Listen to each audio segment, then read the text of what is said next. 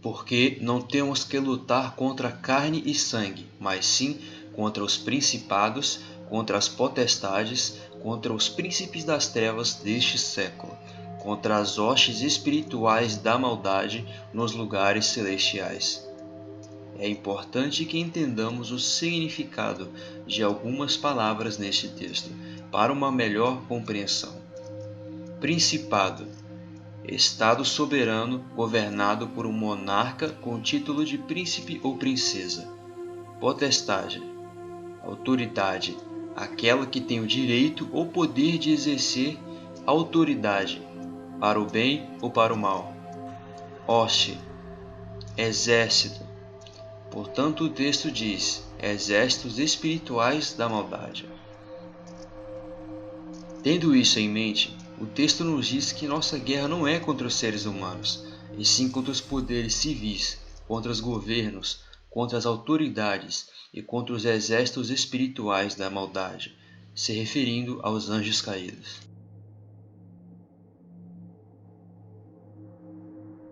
Tendo isso em mente, podemos prosseguir com o nosso estudo.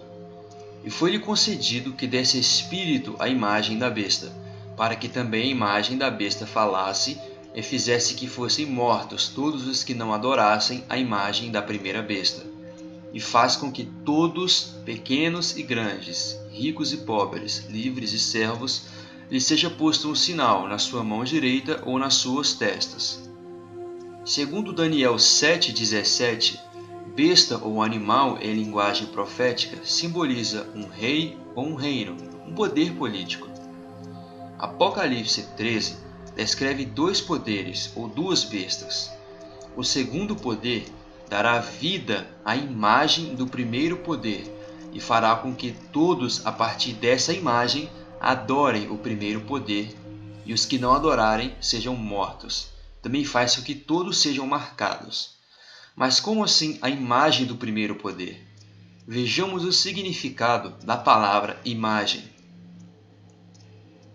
Imagem: representação, reprodução ou imitação da forma de uma pessoa ou de um objeto.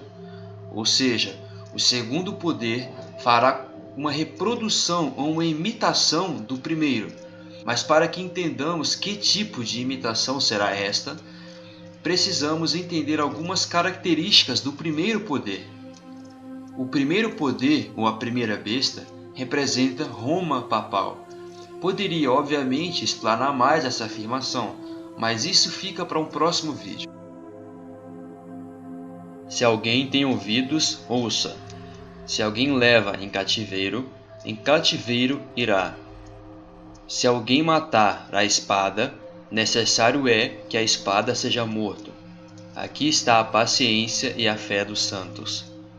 Este versículo está no contexto do primeiro poder, descrito em Apocalipse 13. Deus nos diz que este primeiro poder levaria as pessoas a cativeiro e seria levado também.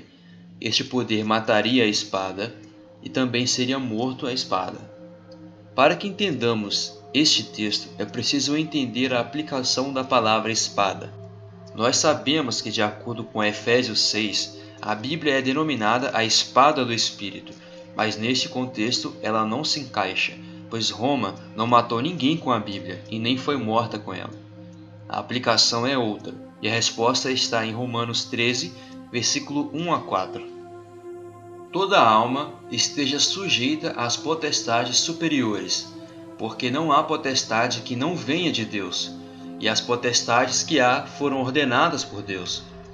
Por isso, quem resiste à potestade resiste à ordenação de Deus, e os que resistem trarão sobre si mesmo a condenação. Porque os magistrados não são terror para as boas obras, mas para as más. Queres tu, pois, não temer a potestade? Faz o bem, e terás louvor dela, porque ela é ministro de Deus para o teu bem. Mas se fizeres o mal, teme, pois não traz debalde a espada, porque é ministro de Deus e vingador para castigar o que faz o mal. Lembram agora há pouco o que lemos sobre as potestades? Elas são poderes civis. O magistrado também está ligado ao poder civil. O texto diz que se você fizer o mal, o poder civil não trará a espada em vão, e que por meio de leis civis eles punem os transgressores. E é isso muito esclarecedor, pois veja, na Idade Média, a Igreja Católica usava do poder civil para subjugar as pessoas que eram contra as doutrinas católicas. Havia uma forte união entre a Igreja e o Estado. A Igreja controlava os mais poderosos reis do mundo. Portanto, a espada naquele contexto se refere aos poderes civis. Se você pesquisar a respeito da Idade Média, na época da supremacia papal, você verá que muitas pessoas eram torturadas, executadas ou mantidas em prisões, cativeiros, sob condições precárias. Muitas das vezes as pessoas morriam de doenças nessas situações. Mas voltando ao texto de Apocalipse, veja: se alguém leva a cativeiro irá. Se alguém matar a espada, necessário é que a espada seja morta. Agora estamos prontos para prosseguir. O general Louis Alexandre Berthier marchou para Roma sem oposição em 10 de fevereiro de 1798 e proclamou a República Romana, exigindo do Papa a renúncia de seus poderes temporais. Como recusou, o Papa foi mantido prisioneiro. Berthier estava a mando de Napoleão Bonaparte, um poder civil. Veja como a palavra de Deus é perfeita em seus detalhes, mas vamos confirmar isso biblicamente. E engana os que habitam na terra com os sinais que lhe fora permitido que fizesse na presença da besta. Aqui falando da segunda besta, o segundo poder. Dizendo aos que habitam sobre a terra que fizesse uma imagem à primeira besta que recebera a ferida da espada e vivia. Agora que entendemos a característica principal da primeira besta, fica simples entender esse tema. A segunda besta quer dar vida à imagem da primeira, e nós vimos que a imagem é uma imitação, uma cópia da original. Agora sabemos que a imagem original da primeira besta implica na execução de penalidades pelo poder civil. A primeira besta não suja suas mãos para subjugar as pessoas. Ela usa do poder civil. E quando a segunda besta quer dar fôlego à imagem da primeira, o que ela faz? Ela quer devolver a força civil para a primeira besta, para que assim ela possa subjugar as pessoas novamente. Mas você deve estar se perguntando quem é a segunda besta ou esse segundo poder que devolverá o poder à Igreja Católica. Este poder, amigos, é os Estados Unidos da América. A maior prova disso está no texto que acabamos de ler. Veja o seguinte trecho do verso: dizendo aos que habitam na terra que fizessem uma imagem à besta. A segunda besta pede ao povo que faça uma imagem da primeira. E o que isso tem a ver com os Estados Unidos? Ora, na Constituição dos Estados Unidos, bem na primeira página, está escrito We the People, em português, nós, o povo. Os Estados Unidos é um dos únicos países onde a política funciona. Os políticos são apenas representantes do povo. Quem manda na nação é o povo, os políticos apenas os representam. E isso se encaixa perfeitamente com o verso que acabamos de ler. É óbvio que existem diversas outras evidências bíblicas para esta afirmação, mas o tempo não nos permite abordar.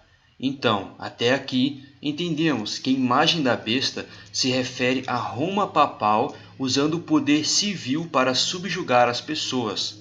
E caso você ainda não tenha se convencido disso, veja só essa notícia. Donald Trump: se eu for presidente, o cristianismo terá poder nos Estados Unidos.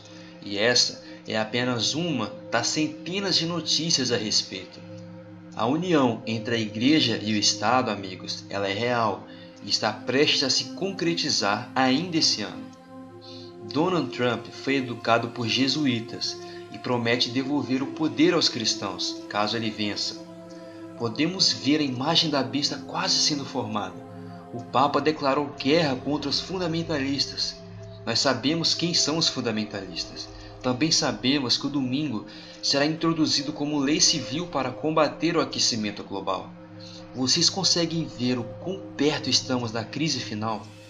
Caso você pense que isso só aconteça se o Trump ganhar, o vice nomeado pela Hillary Clinton também é jesuíta, assim como o Papa também é jesuíta.